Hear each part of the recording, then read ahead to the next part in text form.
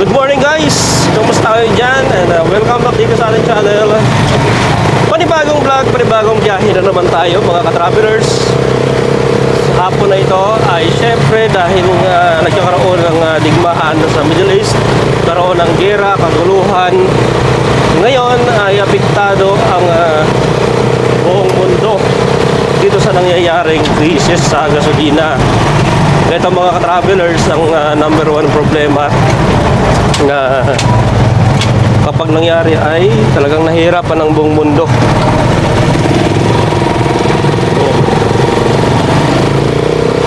Ngayon, dito naman sa Tuguegarao, sa ulo ng Pilipinas, ay siyempre yung gasolina namin dito ay nanggagaling pa sa sentro ng Pilipinas. Ngayong araw mga ka-travelers, kanina ay nagpagas tayo ng diesel dun sa ating Toyota Hilux. So syempre dahil nga nagsitaasa na ang mga gasoline station, ay ang iba na nagpaparik-buying na. Parik-buying na sila na makapagasolina dahil nga sa sobrang taas ng gasolina bukas. Bukas ay araw ng linggo mga ka-travelers, kaya asahan ang dagdag ng mga gasoline station. So dagdag presyo na naman sila bukas.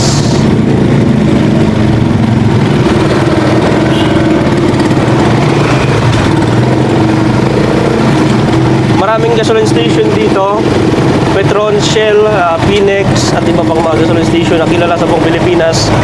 Pero dahil nga ang medyo mababang presyo ngayon ay ang Petron, kaya dito tayo magpapagas sa Petron mga ka-travelers. So pagas tayo dun mamaya. Ngayon, didiretso na lang tayo dun guys para at least hindi tayo maubusan ng gasolina dahil nga nagkakaubusan dito na. Ito katulad nitong Phoenix, ngayon ay ang presyo nila sa diesel ay 64 and sa gasolina ay 64 din. 68 naman sa premium.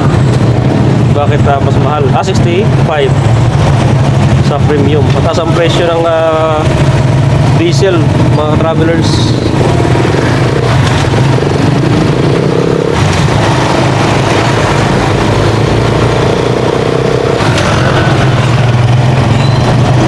So tingnan natin sa Petron kung pila-pila pa.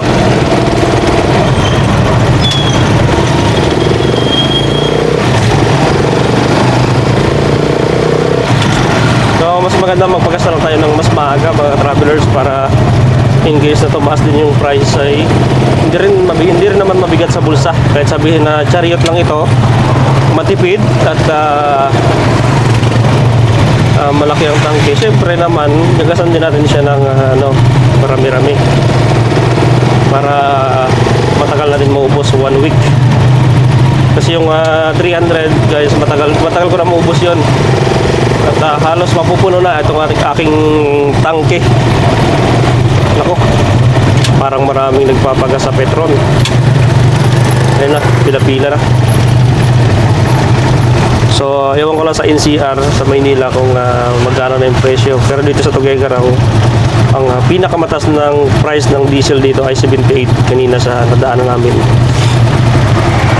At ang gasolina naman, 64, merong 61, meron din 62. So, hindi pare-pareha sa gasolina. Iba-iba, depende sa company. Try natin dito sa Petron. Sa Petron kasi medyo mura lang yung gasolina ngayong araw. Siguro baka last stock na lang ito. Pinapaubos nila ngayong araw, din bukas magtataas na yun sila.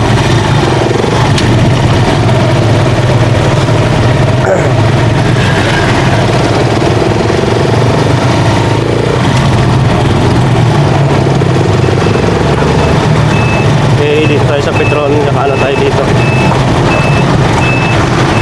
Uy, naku, pila-pila. Ang dami.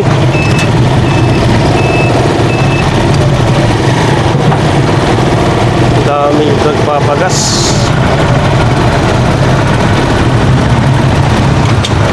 Patay.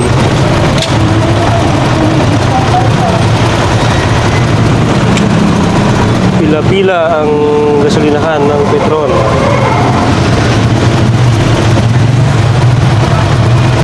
Okay, proceed na tayo guys.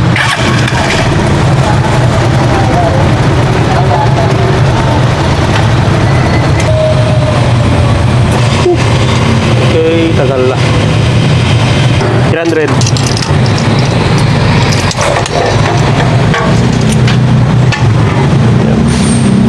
Magtataas na ba kayo bukas? Hindi pa? Dami nagpapagas to. Pinahabo lang yung presyo. Mga may ibang station na mataas na sila. Martes. Martes pa lang Martes pa yung Oo. namin Yung ibang gasolina. Sila may itunan ng dati dyan. Mahal saan sa bulbon?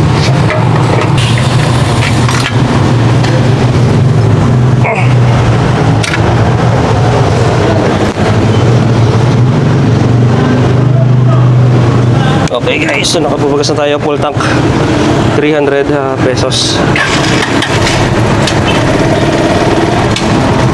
Bro, may Petron card kayo bro? Wala pa.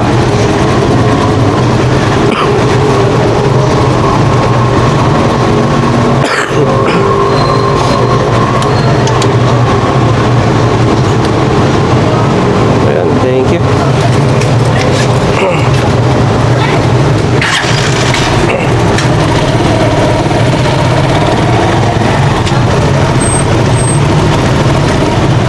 Matipidin kuya?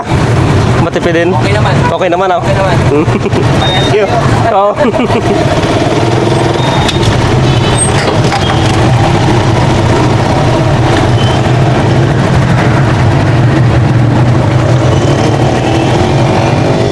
Okay guys, so pauwi na tayo.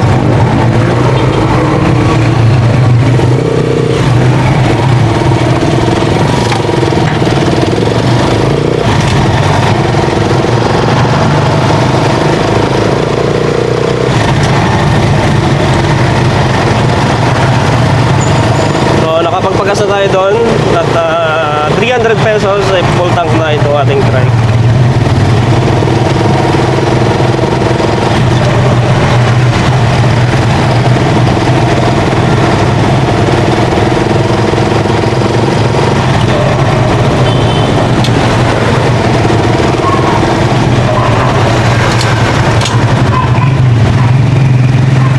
Okay.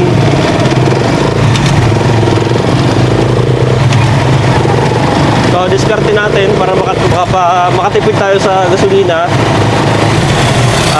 Huwag tayong kakarga ng marami. Sakto lang yung ating karga dapat.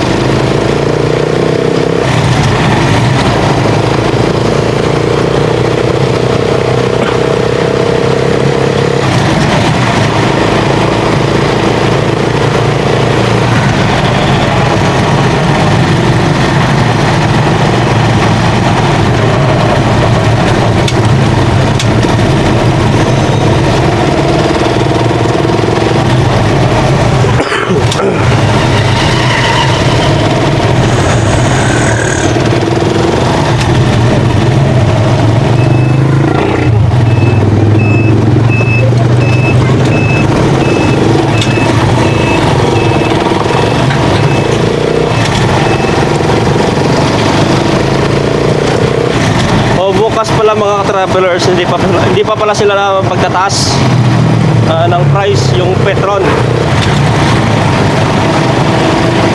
So siguro mga Martes na.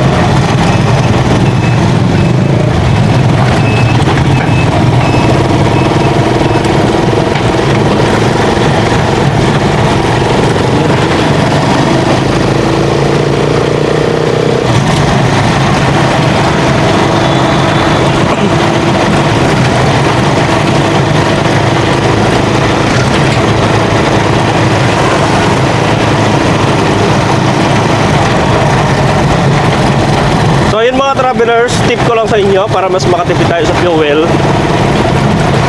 ay magbawas tayo ng load, karga. Yung mga hindi natin ginagamit na mga ng mga tools, iwan na lang natin para mabawas-bawasan yung karga ng trike. At magbawas kayo ng load sa auxiliary light o yung kung anong mga accessories na kakabit sa trike ninyo.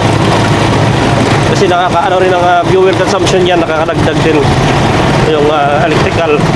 So kailangan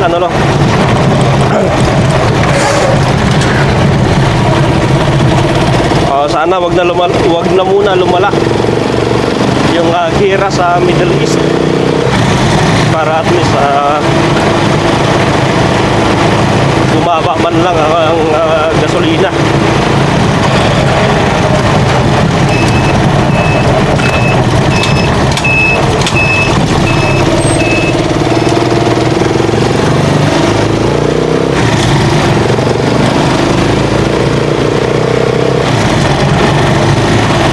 Okay guys, thank you for watching guys. Ingat-ingat kayo sa biyahe lagi. Thank you so much.